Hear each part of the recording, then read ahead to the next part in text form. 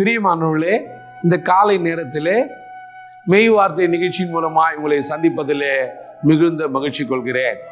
நீங்கள் ஆசீர்வதிக்கப்பட்டவர்கள்.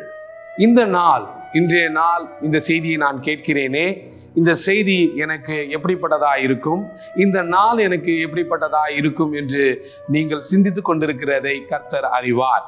கர்த்தர் தாமே உங்களோடு இந்த வசனத்தின் மூலமாய் பேசுவாராக.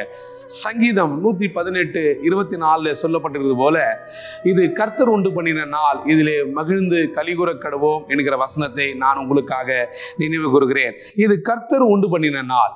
இந்த நாள் எப்படிப்பட்டதா இருக்குமோ என்று நீங்கள் யோசித்துக் கொண்டிருக்கிற நேரத்தில், நான் அலுவலகம் செல்ல வேண்டும், கல்லூரிக்கு போக வேண்டும், நேரத்திற்கு பள்ளிக்கு போக வேண்டும், இத்தனை காரியங்கள் எனக்கு நிலுவையில் இருக்கிறது, இந்த காரியங்களை நான் எப்படி செய்து முடிப்பேன், இத்தனை விஷயங்கள் நான் செய்தாக வேண்டி இருக்கிறது, இவையெல்லாம் எனக்காக யார் செய்வார், இந்த நாள் எப்படிப்பட்டதா இருக்குமோ அப்படின்னு நீங்க யோசிக்கிற நேரத்தில் தேவ வசனம் உங்களை நோக்கி வருகிறது. தேவ வசனம் உங்களுக்கு உறுதுணையாக ஒரு காரியத்தை சொல்லுகிறது.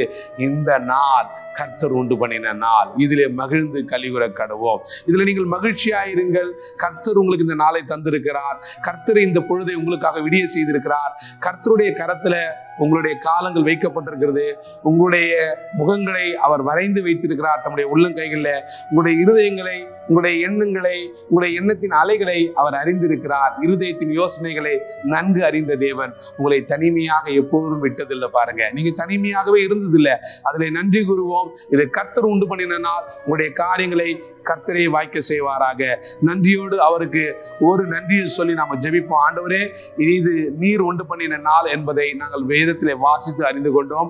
கர்த்தர் தந்த நல்ல வார்த்தைகளுக்காக நன்றியோடு துதிக்கிறோம். உயிருள்ள ஜீவனுள்ள வார்த்தையை கர்த்தர் எங்களுக்காக கர்த்தாவை கேட்கும்படி செய்திருக்கிறீங்க. இந்த நாளை உடைய கரத்திலே பொறுப்பாதத்திலே சமர்ப்பிக்கிறோம். கர்த்தர் ஆசீர்வதித்து நீர் வழிநடத்துங்க. பிள்ளைகள் எங்கு சென்றாலும் சரி, போக்கிலும் வரத்திலும் உடைய ஞான கரம், தயவுள்ள கரம் கூட இருப்பதாக ஆசீர்வதிங்க, பலப்படுத்துங்க.